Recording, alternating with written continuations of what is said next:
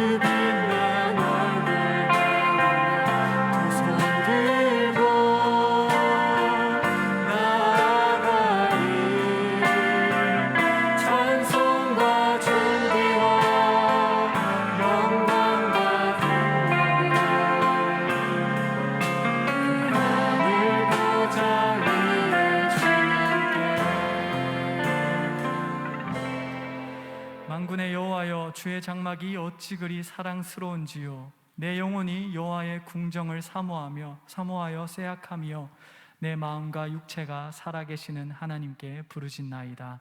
아멘.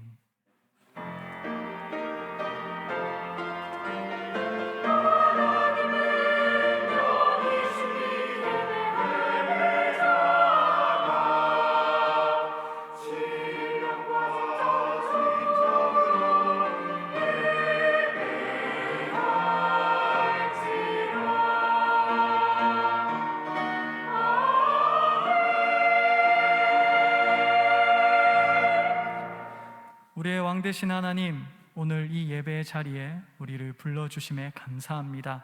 이 시간 예수님의 보혈을 의지하여 주님께 나아갑니다. 성령님 임재하셔서 우리로 온전한 예배를 드리게 하옵소서. 우리 주 예수 그리스도의 이름으로 기원합니다. 아멘. 나는 전능하신 아버지 하나님, 천지의 창조주를 믿습니다. 나는 그의 유일하신 아들 우리 주 예수 그리스도를 믿습니다. 그는 성령으로 잉태되어 동정녀 마리에게서 나시고 본디오 빌라도에게 고난을 받아 십자가에 못 박혀 죽으시고 장사된 지 사흘 만에 죽은 자 가운데서 다시 살아나셨으며 하늘에 오르시어 전능하신 아버지 하나님 우편에 앉아 계시다가 거기로부터 살아있는 자와 죽은 자를 심판하러 오십니다. 나는 성령을 믿으며 거룩한 공교회와 성도의 교제와 죄를 용서받는 것과 몸의 부활과 영생을 믿습니다. 아멘. 시간 우리가 함께 박수 치시면서 왕 되신 주께 감사하며 찬양하도록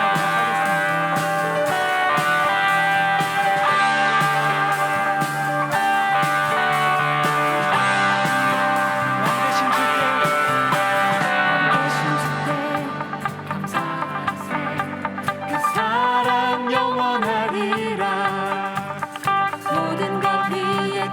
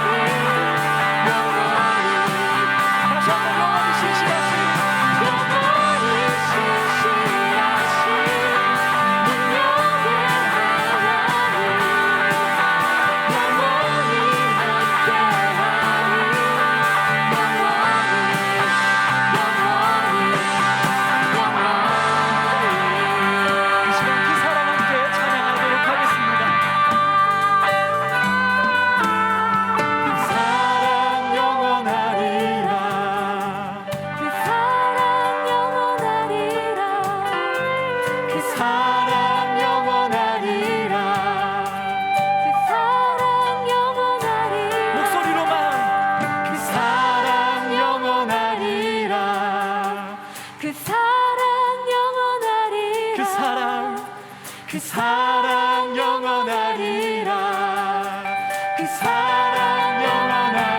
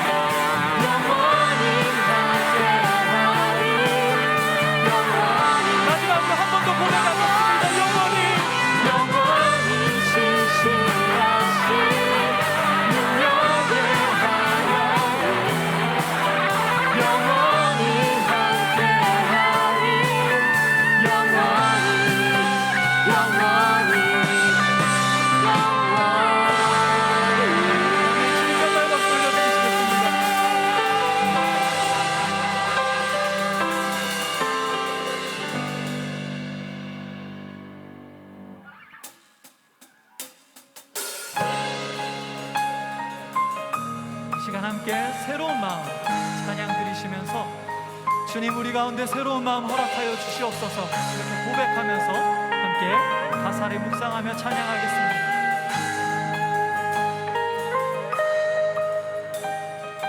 예수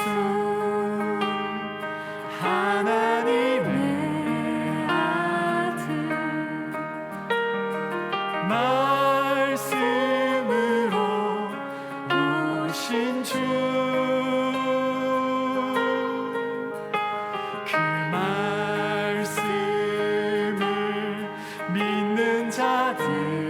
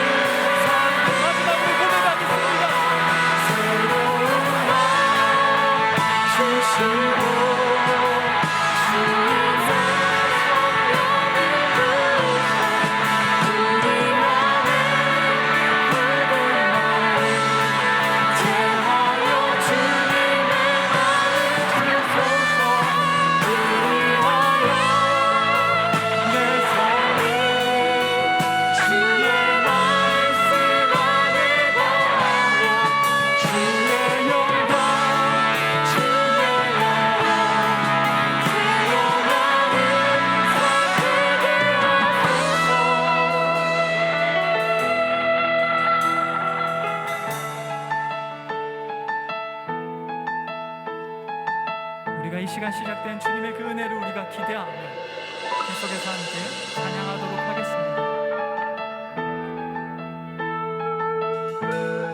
시작됐네, 시작됐네. 우리 주님의 능력이 나의 삶을 다스리고 새롭게 하네. 자유하네. 죄와 사망으로부터 나의 삶은 변하구나. 충만하네. 우리 처음부터 함께 고백하도록 하겠습니다. 시작됐네, 시작됐네. 우리 주님의 능력이 나의 삶을 다스리고 새롭게 하네. 자유하네. 죄와 사망으로부터 나의 삶은 변하구나. 충만하네.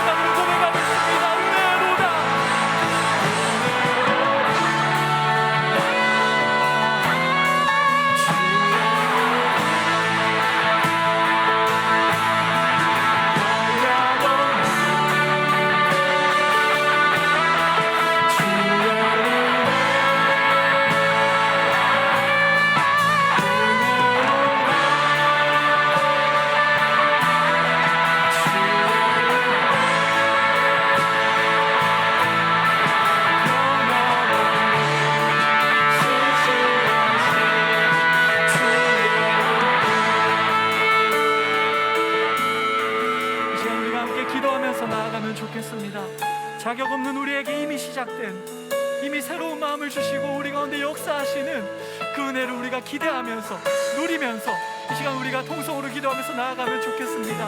하나님 아버지, 그 은혜, 새로운 마음의 은혜를 나에게 허락하여 주시옵소서. 우리가 이 기도 제목으로 통성으로 함께 기도하면서 나아가도록 하겠습니다.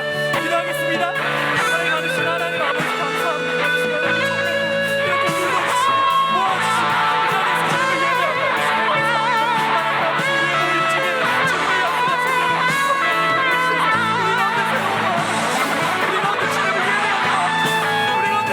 주님을 바라보는 그 역사를 우리 가운데 일어나게 하옵소서.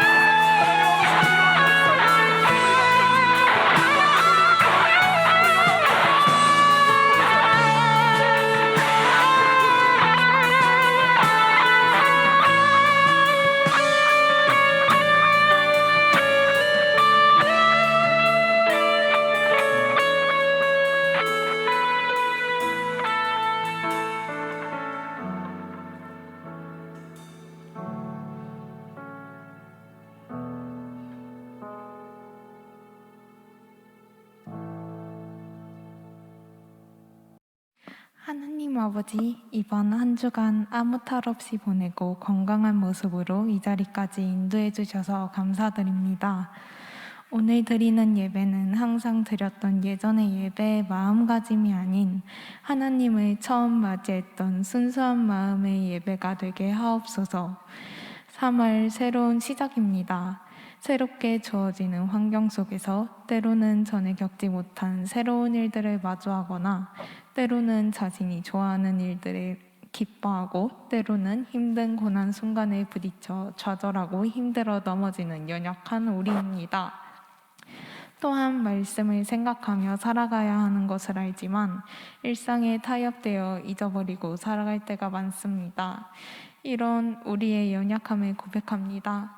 우리의 연약함을 보듬어 주시어 어떤 상황이든지 하나님을 가장 우선순위로 떠올릴 수 있도록 도와주시옵소서. 그리고 힘든 고난의 상황 속에서 하나님을 향한 믿음을 잃지 않고 나아갈 수 있는 용기와 지혜를 주실 것을 믿사옵니다. 최근 급속도로 코로나 상황이 심해지고 있습니다. 이제는 주위에 쉽게 찾아볼 수 있을 만큼 확진되는 사람들의 수도 늘어나고 있습니다.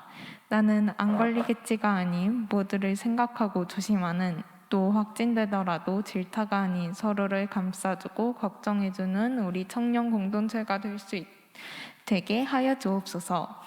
또 코로나 상황과 더불어 현재 러시아에서는 전쟁이 일어나고 있으며 최근에 우리나라에서는 크게 산불이 일어나기도 하고 선거가 이루어져 새로운 정권을 맞이하는 등의 많은 일들이 진행되고 있습니다.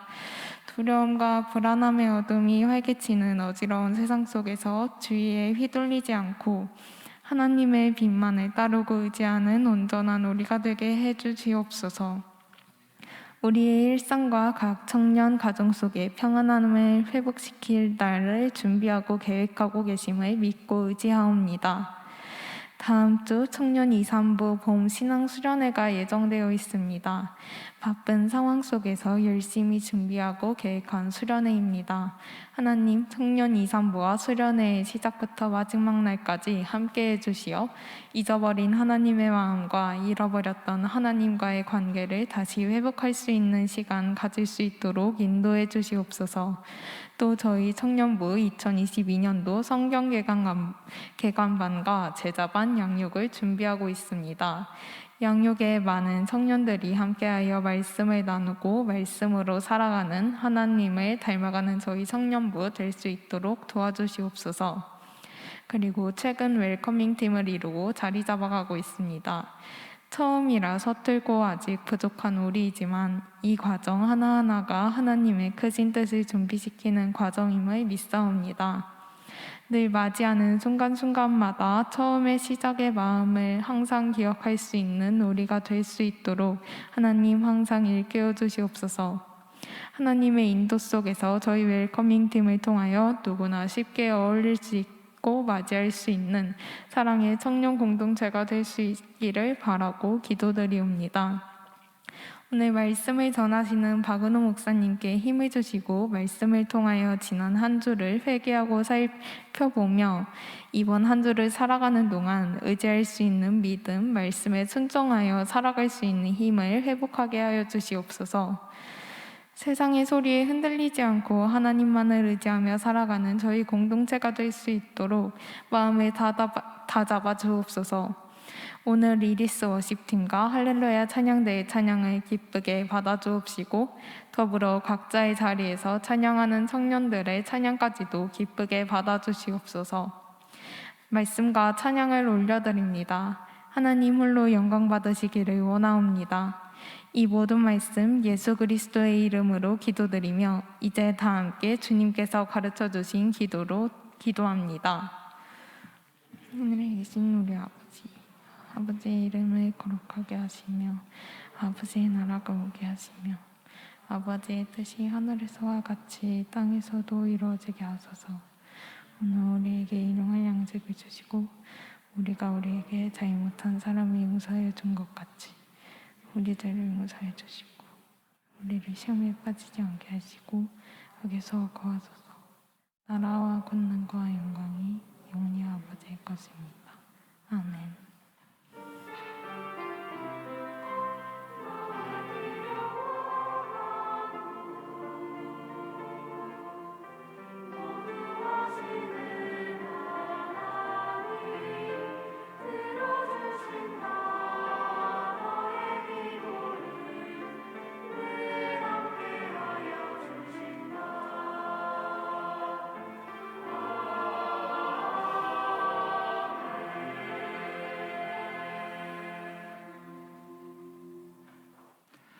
이제 자리에서 일어나 하나님의 말씀을 읽습니다. 오늘 우리에게 주신 하나님의 말씀은 요한복음 2장 13절로 17절까지의 말씀입니다. 요한복음 2장의 말씀을 교독합니다. 제가 먼저 읽습니다. 유대인의 유월절이 가까운지라 예수께서 예루살렘으로 올라가셨더니 성전 안에서 소와 양과 비둘기 파는 사람들과 돈 바꾸는 사람들이 앉아 있는 것을 보시고 노끈으로 채찍을 만드사 양이나 소를 다 성전에서 내쫓으시고 돈 바꾸는 사람들의 돈을 쏟으시며 상을 엎으시고 비둘기 파는 사람들에게 이르시되 이것을 여기서 가져가라. 내 아버지의 집으로 장사하는 집을 만들지 말라 하시니. 함께 읽겠습니다. 제자들이 성경 말씀에 주의 전을 사모하는 열심이 나를 삼키리라 한 것을 기억하더라. 아멘. 하나님께서 이 말씀을 통하여 우리에게 은혜 주시기를 원합니다.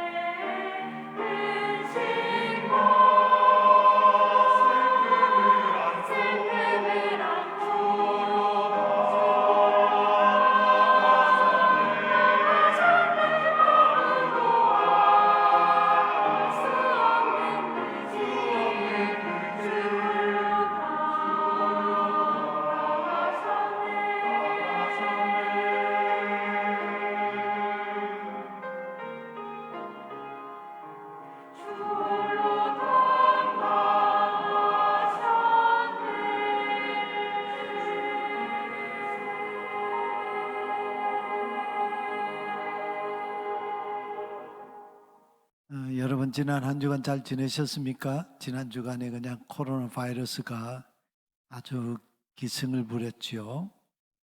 사순절 세 번째 주일입니다.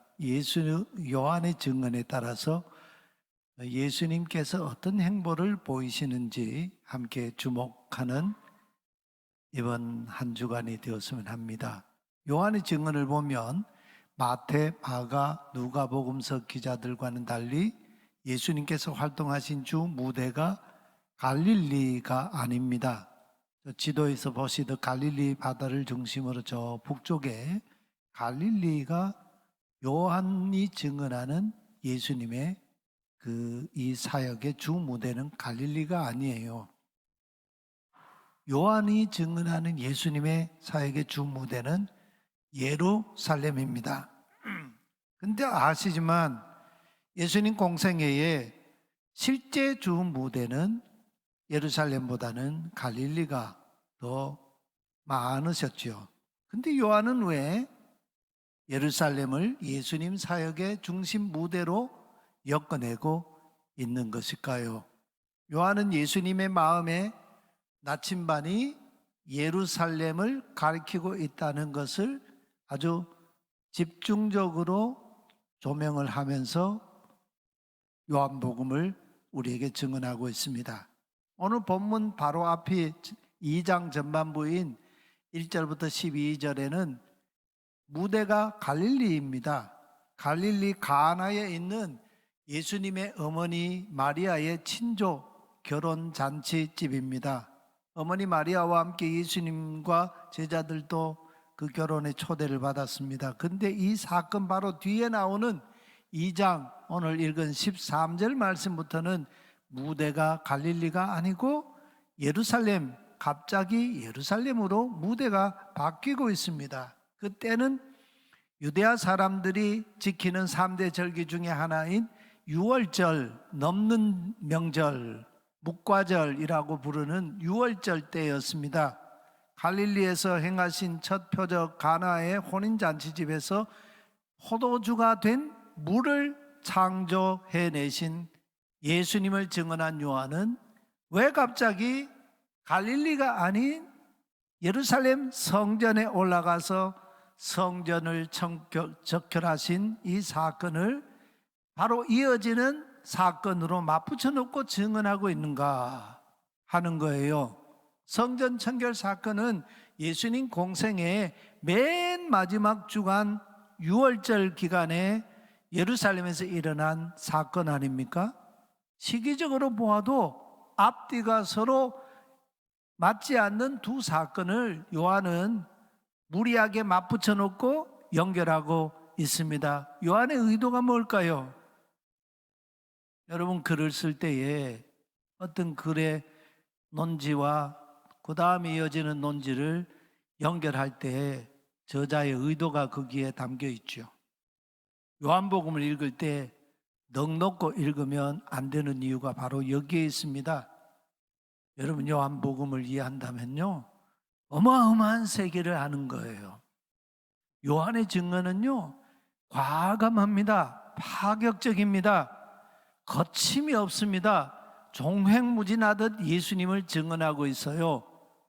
요한은요 그의 복음을 시작하면서 첫 말이 태초에 이렇게 에나르케, 이 에나르케라고 하는 말은 헬라 철학의 대단히 중요한 철학의 개념 아닙니까? 태초부터 거론하고 있어요. 태초부터 시작해서 1세기 당시 로마 제국 시대에 만연되어 있던 헬라 철학과 그 시대의 가치를 꿰뚫으면서 증언하고 있습니다. 요한이 이렇게 파격적으로 종횡무진하면서 시대를 관통하면서 예수님을 증언하는 이유가 있어요. 그 이유가 요한복음 1장 14절에 잘 나와 있습니다. 그 말씀이 홀로고스, 이 사람이 그 말씀이 사람 몸이 되어 우리 가운데 거처를 두셨다. 예수님이 우리가 사는 그 역사에 말씀이 사람이 되어서 함께 장막을 치셨다는 거예요. 우리가 그분의 영광을 바라보니 아버지께서 나신 하나뿐인 아들의 영광이었다. 은혜와 진리가 충만하더라 하십니다. 여러분, 이 말씀이요, 어마어마한 선포예요.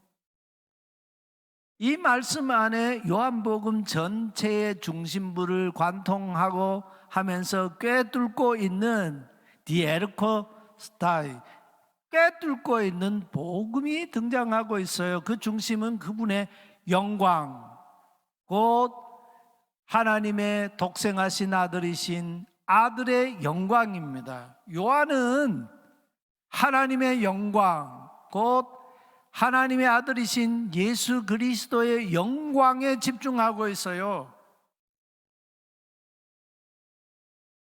여러분, 우리가 예수 믿으면서 이 땅에 사는 우리 삶에 이 영광이라고 하는 것은 굉장히 중요한 거예요. 저는 여러분 같은 젊을 때에 이 문제를 고민하지 못했습니다. 오늘 이 설교를 여러분 가슴에 새기세요. 요한복음 중심부를 관통하고 있는 복음은 하나님의 영광, 그 아들의 영광의 나타나심입니다. 만일 요한이 증언하는 하나님의 영광, 곧 아들의 영광의 나타나심이 오늘 예배하는 나에게 마치 쇠기의 경전 읽어주기 같은 우이독경이라면 요한복음을 읽을 준비가 안 돼 있다고 말할 수밖에 없습니다. 그것도 아니라면 어쩌면 예수님께서 노끈으로 채찍을 만들어 때리시면서 내쫓으셨던 성전 장사꾼들 중에 한 사람일지도 모를 일입니다. 심각한 문제예요. 본문 앞에 갈릴리 가나의 결혼 잔치집 이야기를 오늘 본문을 이해하기 위해서 좀 들여다봐야 합니다. 그 즐거운 잔치날에 유대인의 결혼은 하루 하는 게 아니고 일주일씩 했습니다. 문제가 발생했습니다. 포도주가 동이 났습니다. 손님이 아마 너무 많이 왔던 모양입니다. 당시 유대인의 결혼식에서 포도주는 음식을 먹으면서 곁들이는 반주 같은 술이 아닙니다. 정식 식사, 결혼 식사 정식 메뉴였어요. 포도주가 동이 나버린 것은 결혼식을 망칠 수 있다는 상황 아닙니까? 그때 어머니 마리아가 그 문제를 아들 예수님께로 가지고 왔습니다. 포도주가 동이 났구나. 예수님의 반응이 영 이상했습니다. 여자여, 구나이, 여자여, 저한테 왜 그런 말씀하시나요? 아직 저의 시간이 오지 않았습니다. 여기 구나이라고 하는 여자여라는 말은 존칭어가 아니에요. 그럼 예수님은 이 어머니에게 여자여. 여러분도 어머니 보고 여자여 이러면 어머니가 어떠시겠어요? 뭐 기겁하고 놀라시지 않겠어요? 예? 여자여 이러면 쫓겨납니다. 매 맞고. 근데 예수님은요, 이렇게 어머니에게 여자여 이렇게 하면서, 이 불손한 태도일까요? 포도주가 동이 났다는 이 예수님의 그 어머니의 말씀을 예수님은 어머니와 아들의 관계 속에서 그 말씀을 들은 것이 아니라는 걸 오늘 요한이 역설을 하고 있어요. 요한은 포도주가 동이 났구나 하시는 예수님 말씀을 예수님은요, 이건 신학적으로 들으셨다는 얘기입니다. 그 증거가 아직 제 때가 되지 않았습니다 라는 예수님의 답변 속에 담겨 있습니다. 예수님은 하나님의 백성인 이스라엘 백성들의 삶과 온 세상 사람들의 삶이 잔치집에 포도주가 떨어진 상황과 같다고 보신 것이죠. 예수님은 자신이 이스라엘과 온 세상 사람들에게 세계에서 가장 맛있는 최고의 새 포도주를 주려고 오셨다는 말씀이에요. 근데 때가 되지 않았다는 얘기예요. 예수님이 주시려는 새 포도주는 십자가 위에서 흘리시는 예수님의 피입니다. 이 요한이 지금 증언하고 있는 요한복음의 맥락이에요. 근데 그 때가 아직 안 왔다는 얘기예요. 그러나 예수님은 잔치집 정결 예식을 하기 위해서 준비해 놓은 돌 항아리 6개가 있는 것을 보시고는 일하는 일꾼들에게 저 돌 항아리에 물을 갖다 채우라 했습니다. 그 채운 물이 어느 정도냐 하면요, 우리가 흔히 경험하는 1.8리터 페트병의 물병에, 그런 이 1.8리터 물병을 400개면 720리터죠. 돌항아리 6개에 720리터의 물을 가득 채웠어요. 여러분 뒤집어 놓고 생각해 봐요. 세계에서 최고로 비싸고 최고로 맛있는 포도주 1.8리터짜리 든 포도주 그 병이 400개다. 여러분 어느 세계 어느 잔치집에 그 많은 포도주 갖다 놓고 손님 접대한 잔치집 있어요? 아마 이 세계 역사에 그런 잔치집은 없을 거예요. 이 시중꾼들이 물을 갖다 부었습니다. 예수님이요, 이제는 떠서 그 물을 잔치를 주관하는 연회장 책임자에게 갖다 주시오. 그 연회장은 이미 포도주가 된 그 물을 맛보았을 때 하인들이 떠다 준 거는 포도주가 아니고 물을 떠다 줬어요. 근데 그 포도주가 된 물, 그 물을 마셨을 때 세계에서 최고로 맛있는 포도주가 됐어요. 근데 이 연회장은 어떻게 그런 일이 일어난지 전혀 모르고 있었습니다. 근데 물떠온 하인들은 알더라. 그래서 이 연회장이 잔치의 주인공인 신랑을 불러다 놓고 사람들 앞에서, 사람들은 누구나 좋은 포도주를 제일 처음에 이렇게 내서 대접하다가 사람들이 좀 취한 다음에는 맛없는 포도주라도 표가 안 나잖아요. 취했으니까. 그래가지고 취한 뒤에는 맛없는 포도주를 내는데, 그대는 어찌하여 좋은 포도주를 여태까지 이렇게 간직해 두었다가 이렇게 내놓는고. 극찬을 해줬어요. 예수님 때문에 이 영문도 모르는 신랑이 사람들 앞에서, 그냥 하객들 앞에서 큰 칭찬을 받았습니다. 근데 이 사건의 핵심 이슈는 우리 포도주가 됐다, 거기에 있는 게 아니에요. 2장 11절에 있습니다. 우리 함께 같이 한번 봉독해 보겠습니다. 예수께서 이 첫 표적을 갈릴리 가나에서 행하여 자신의 영광을 드러내심에 그의 제자들이 그를 믿으니라. 여기 핵심 키워드는 자신의 영광을 드러내심에 하는 이 말씀이에요.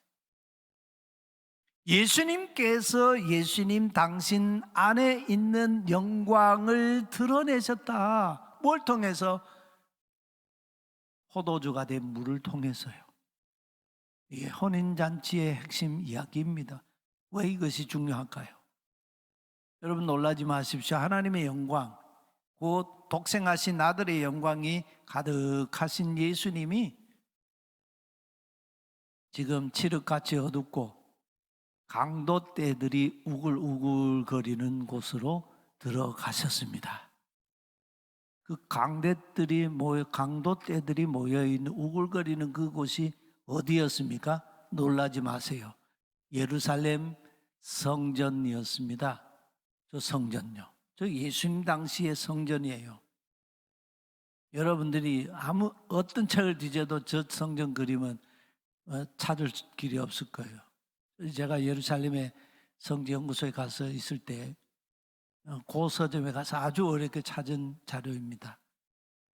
이 성전은 예수님 당시 예루살렘 성전인데, 당시 로마 제국 영토 내에 그리스 신전이나 또 터키 소아시아의 페르가몬 이슈타르 신전과도 비교할 수 없는 아주 최대의 신전입니다. 예수님이 예루살렘 성전을 보셨다 합니다. 여기 보셨다는 말은 휴리스코라고 하는 동사인데 발견하셨다. 뭘 발견하셨어요? 성전 안에는 이미 유월절을 지키려고 팔레스타인 전 각지에서 또 흩어져 있던 살던 세계의 디아스포라 유대인들이 올라와서 사람들이 산을 이루고 바다를 이루는 인산인해였습니다. 성전에 올라오는 것이 그들의 평생 소원이기도 한 일인데 얼마나 뜨거운 가슴 열정을 가지고 성전에 올라와서 유월절을 지키러 왔겠습니까?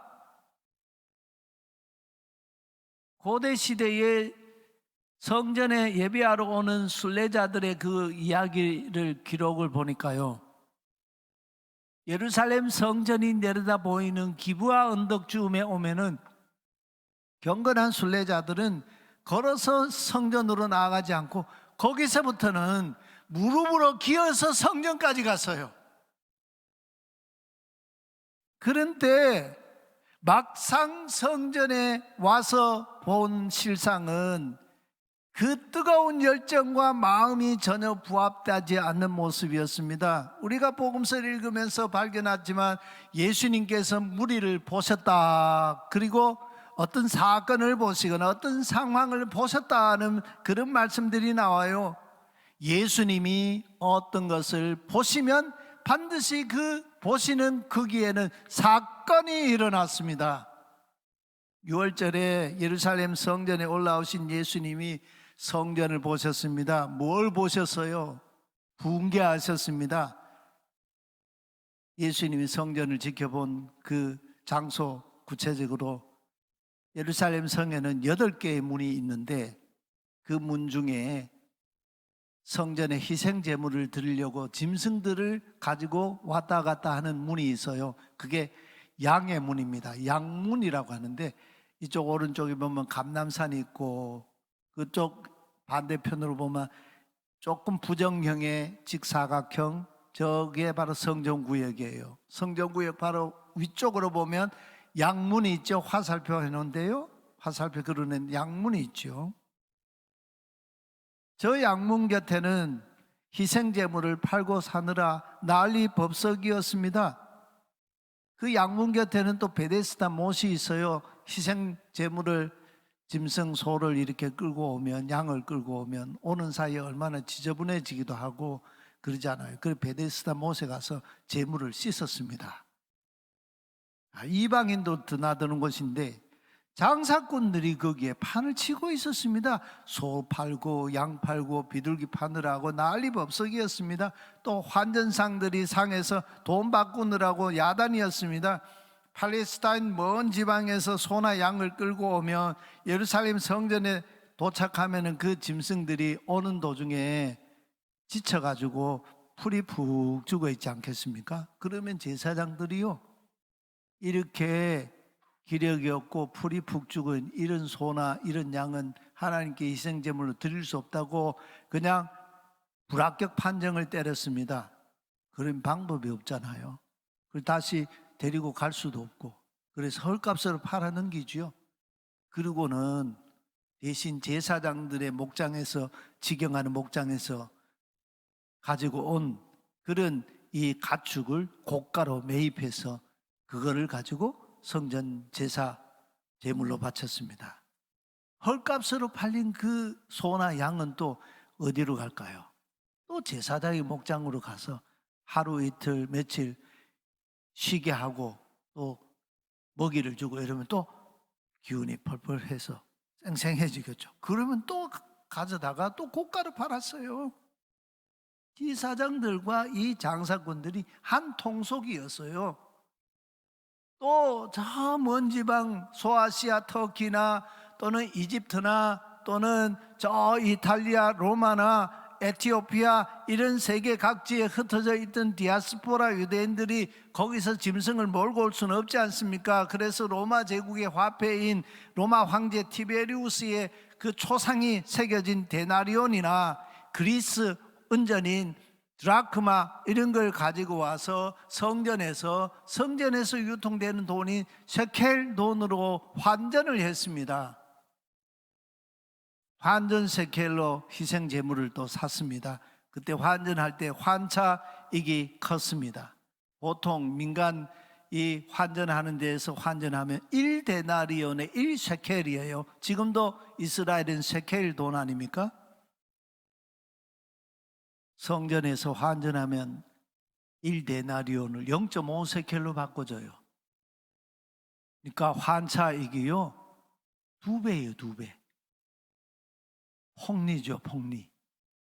환전상들이 대제사장들에게 엄청난 커미션을 내고 영업권을 가지고 거기서 환전을 해줬습니다. 예수님 시대 대제사장들은요 경건하고 신실한 종교인이 아니었어요. 성전 제사를 빌미로 예수님 보실 때에 악덕 기업주였습니다. 예수님 그 비유에도 나오듯이 악한 포도원 농부처럼, 건축자들이 버린 돌, 이 예수님의 비유처럼 이 사람들은요 악덕 건축 회사의 회장 같은 사람이었어요. 예수님은 성전 당국자들이 만들어 놓은 이런 이익 발생 구조를 훤히 다 들여다보고 계셨습니다. 그 현장을 지금 예수님이 발견하셨다. 휴리스코. 예수님은 성전을요, 그런 성전을 강도의 소굴이라고 하셨습니다. 그래서 그 강도들을 성전 밖으로 다 내쫓았습니다. 환전상들의 상을 뒤집어 엎었습니다. 그러나 오늘 본문을 가만히 읽어보면 가난한 자들이 하나님께 제물로 바치기 위해 사는 비둘기 파는 비둘기 그거 굉장히 싸거든요. 비둘기를 파는 사람들에게는 말로 다 잃었습니다. 비둘기 그거 팔아가지고 얼마나 아꼈어요. 그 사람들은 예수님이요 말로 다 잃으셨어요. 이것들을 여기서 치우시오. 내 아버지 집을 장사하는 집으로 만들지 마시오 했습니다.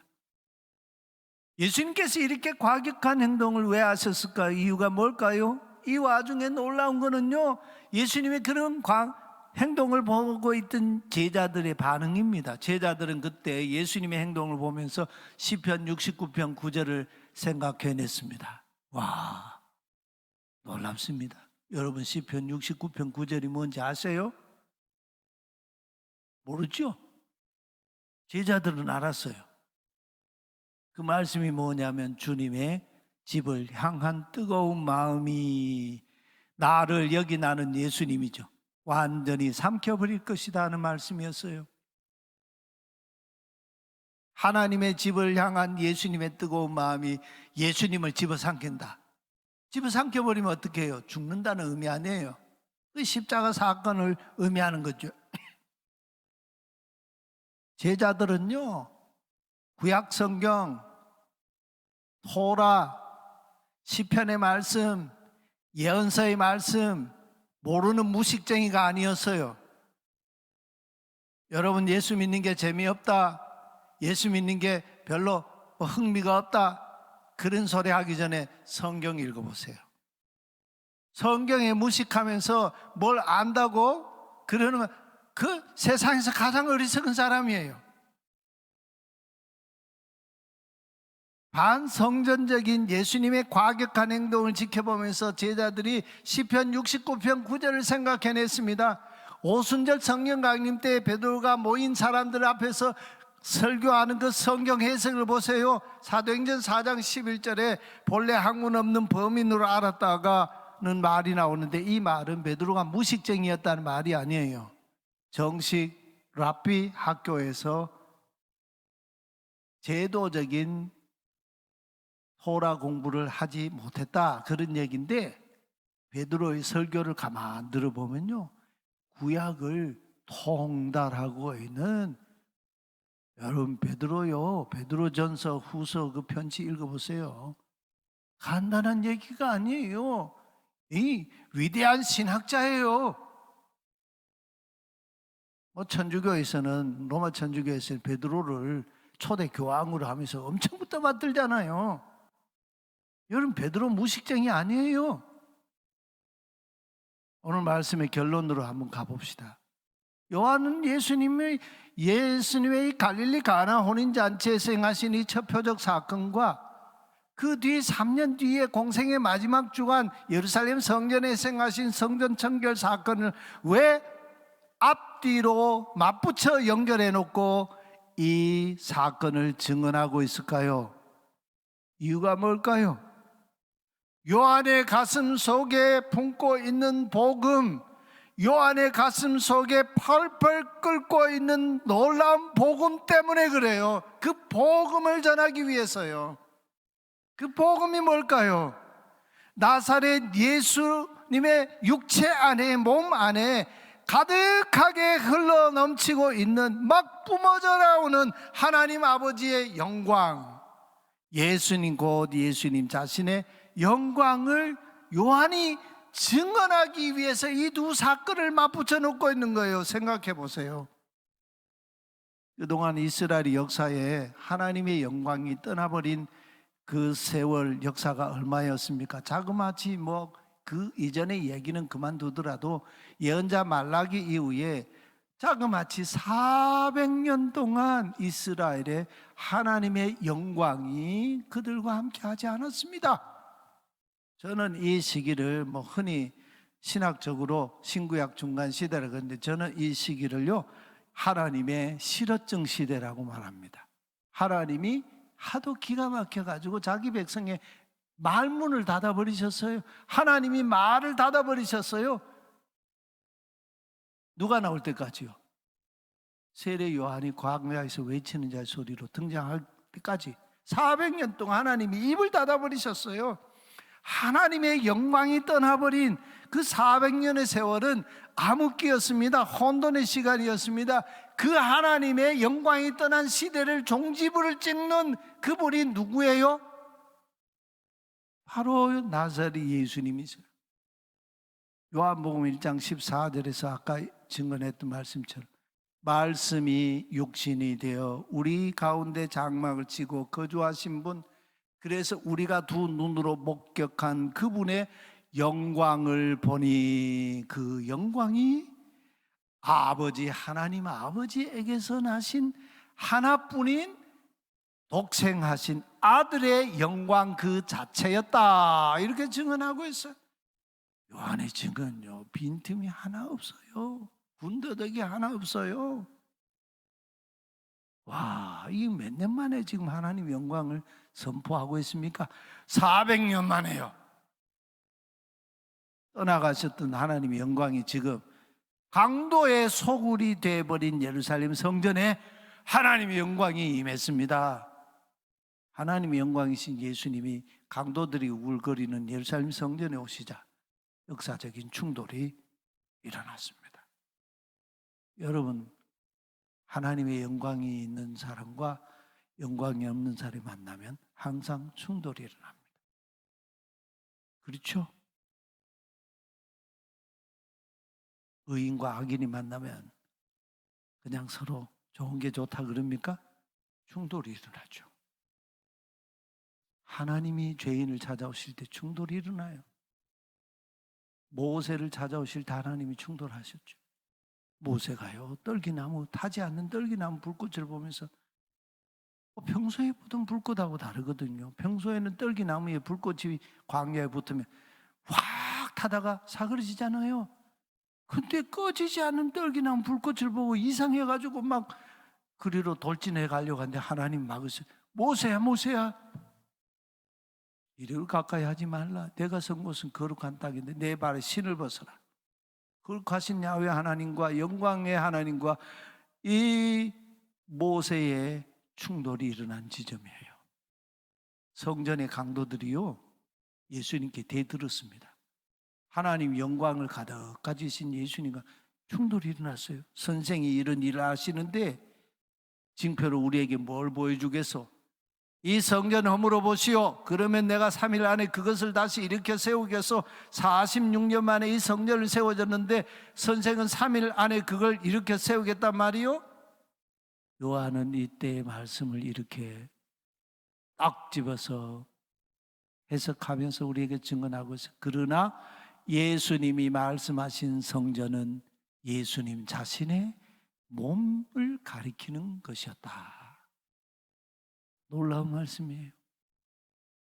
여러분, 출애굽기 40장에 보면 시내 광야에 있던 이스라엘 백성들이 성막을 건축했을 때 하나님의 영광이 성막 지성소 위에 가득하게 임했습니다. 솔로몬이 성전을 건축하고 봉헌할 때 하나님의 영광이 성전 안에 가득했습니다.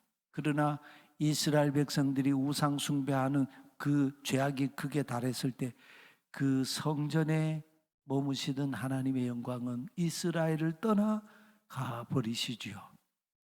성전 한복판에 계시던 하나님의 영광이 성전 문지방에 거기 가서 하나님이 서성거리셨어요. 하나님의 마음이 얼마나 아팠을까요? 그 서성거리시던 하나님이 성전 문지방을 완전히 떠나서 아까 보신 그 감람산 있죠? 그 감람산에 떠오르시더니 동쪽으로 쭉 가시는데 바벨론 포로로 붙잡혀가는 포로 공동체들에게로 가셔서 바벨론 포로 공동체들에게 하나님의 영광이 머무셨어요. 하나님의 영광이 떠나버린 성전은 곧바로 돌로 된 건물로 전락해버렸습니다.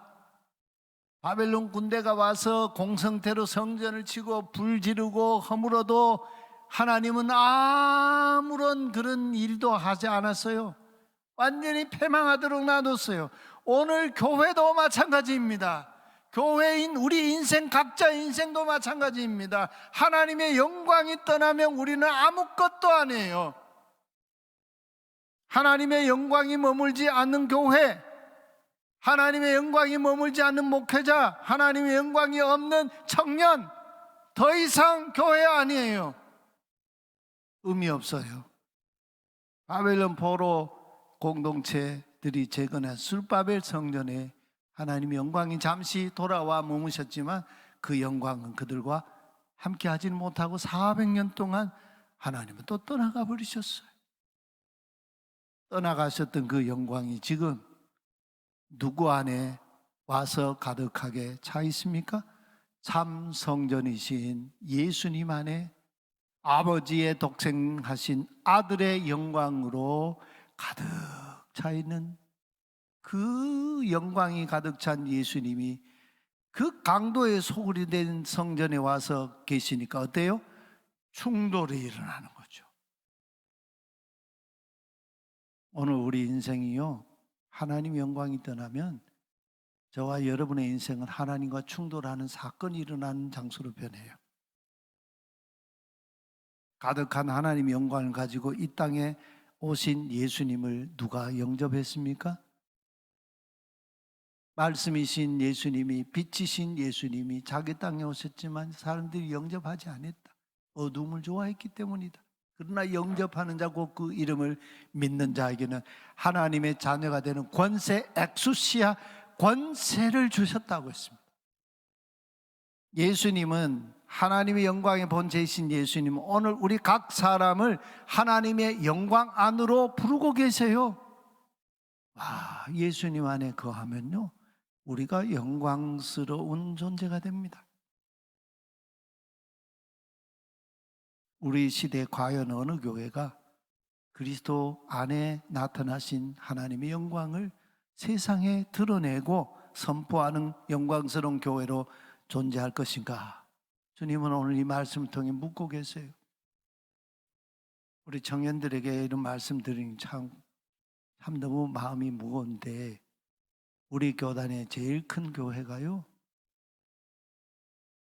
그 목사님이 제왕적인 그런 이 교주 같은 목사 노릇하다가 은퇴하고 나서는 자기 아들에게 교회를 말이에요, 교회는 예수 그리스도의 교회거든요. 근데 그 교회를 자기의 소유물처럼 생각해 아들 목사에게 세습을 해줬어요. 우리 교단 헌법은 그렇게 못하게 돼 있어요.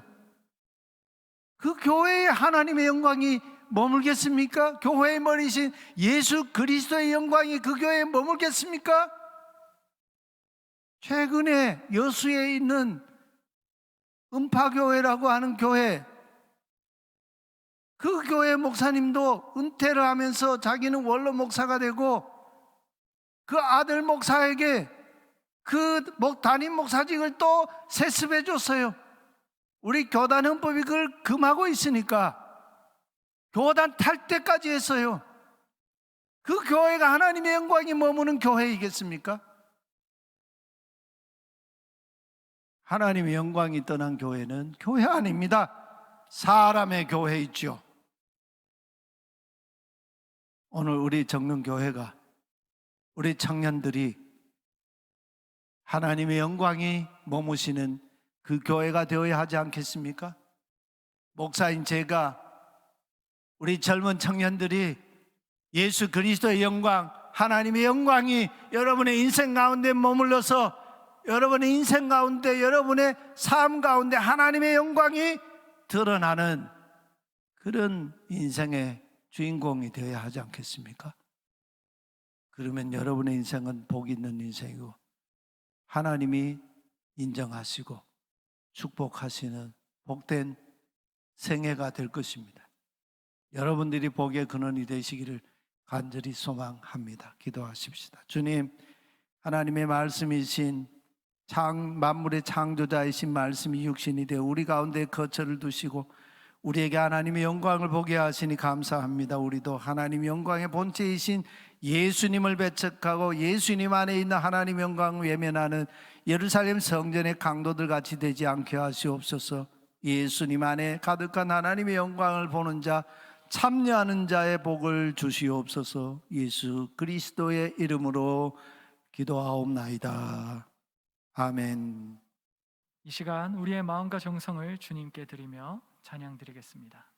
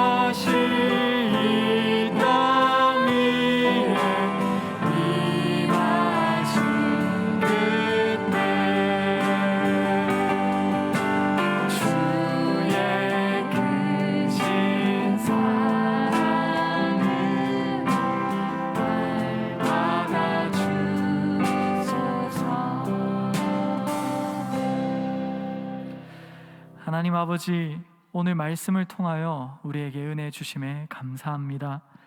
예루살렘 성전 가운데 영광으로 임하신 주님, 우리 공동체와 우리 정릉교회와 우리 정릉교회 청년부 가운데 영광으로 임하여 주시옵소서. 이 시간 우리에게 주신 하나님의 은혜에 반응함으로 우리에게 있는 가장 귀한 마음과 물질을 주님께 드립니다. 주님, 기뻐 흠양하시며 우리에게 차고 넘치는 하늘의 은혜를 내려 주옵소서. 우리 삶의 주인 되신 예수님의 이름으로 기도드립니다. 아멘. 교회 소식을 알려드립니다. 오늘은 사순절 셋째 주일입니다. 이 사순절 기간 가운데 우리를 위하여서 고난당하신 그 예수님의 은혜와 그 십자가의 고난을 묵상하고 기억하면서 함께 동참하는 사순절 되길 바랍니다. 다음으로 청년 2, 3부 신앙 수련회가 오는 25일 금요일부터 27일 주일까지 있습니다. 수련회를 준비하시는 그 손길들과 또 참여하는 청년 2, 3부를 위하여서 함께 기도하시면 감사하겠습니다. 더불어 금요일 저녁 8시에 시작되는 집회는 모든 성도에게 개방되어 있습니다. 우리 모든 청년들 많이 참여해 주시면 감사하겠습니다. 네, 그리고 오늘도 새로 오신 자매 2분 계십니다. 또 처음부터 오자마자 일으켜 세우면 또 마음이 어려우실 수 있으니까 제가 이름과 또래만 읽도록 하겠습니다. 그러면 함께 우리가 박수로 환대하면 좋겠습니다. 김경진 자매 95 또래입니다. 95 또래. 임지연 자매 97 또래입니다. 우리 박수로 함께 환대하고 환영하면 좋겠습니다.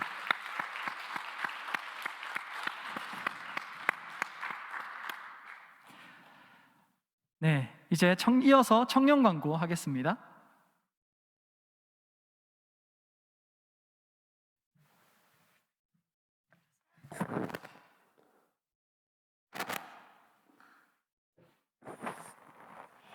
안녕하세요. 청년일보 광고 시작하겠습니다.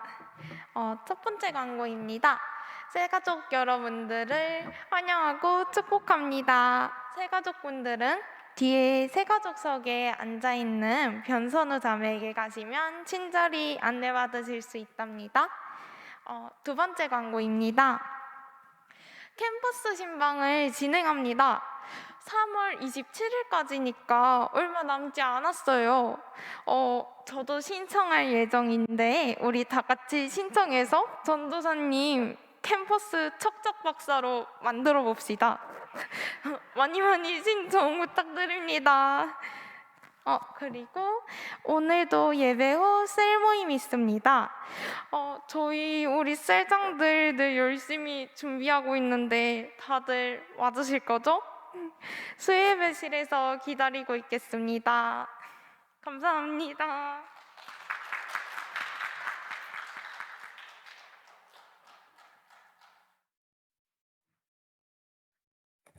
네, 안녕하세요. 청년 2, 3부 광고를 맡은 석찬홍입니다.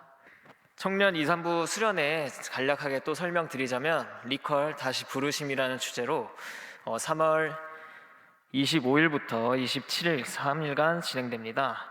25일에는 이제 소명 찬양 집회가 진행될 예정이고 26일 오후 1시 반부터 6시까지는 특강과 나눔으로 구성되어 있고 마지막 날인 일요일 청년 예배 이후에는 활동이 준비되어 있습니다.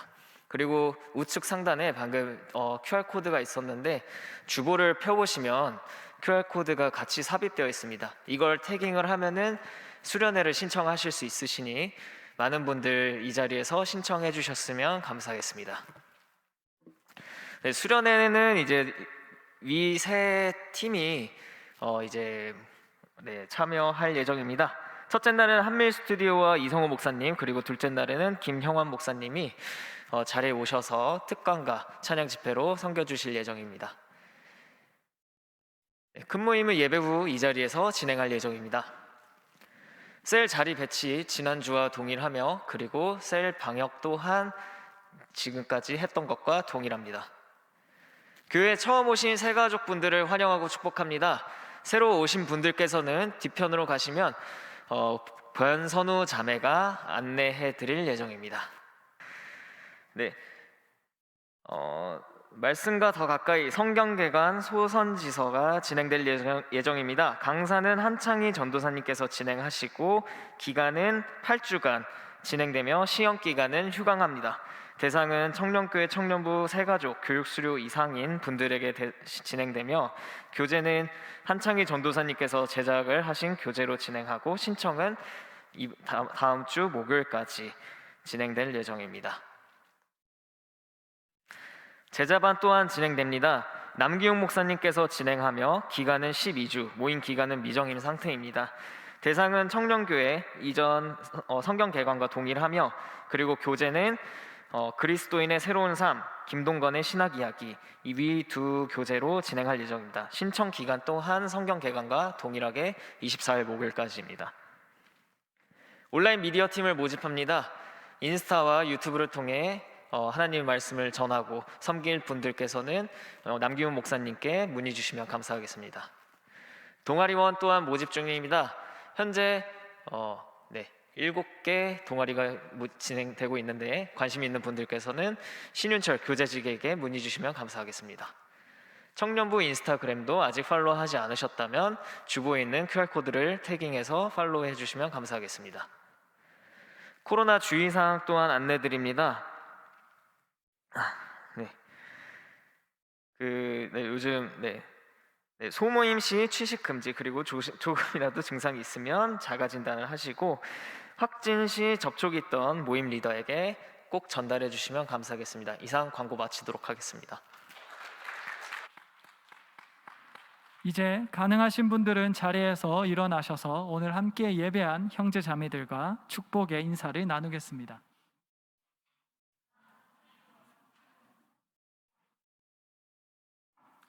이제 서로를 향해 손을 뻗어 축복하며 찬양하겠습니다.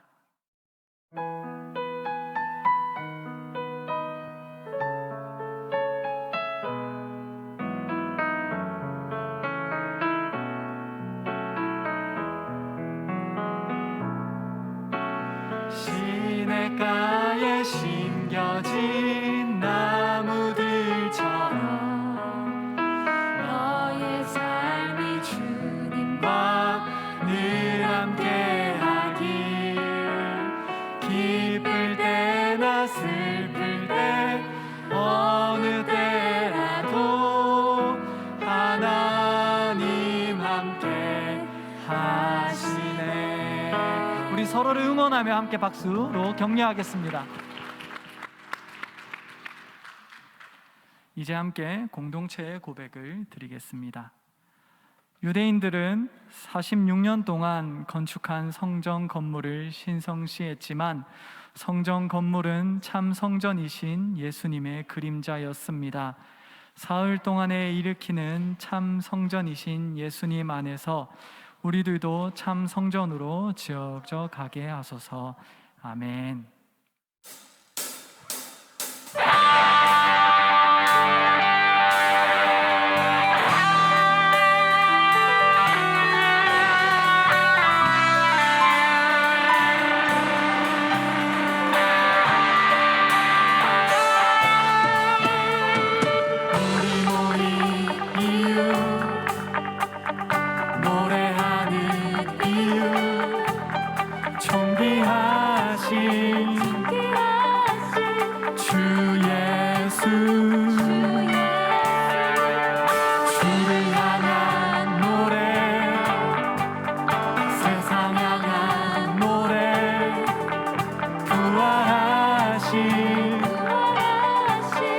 여기 계신 다시 오신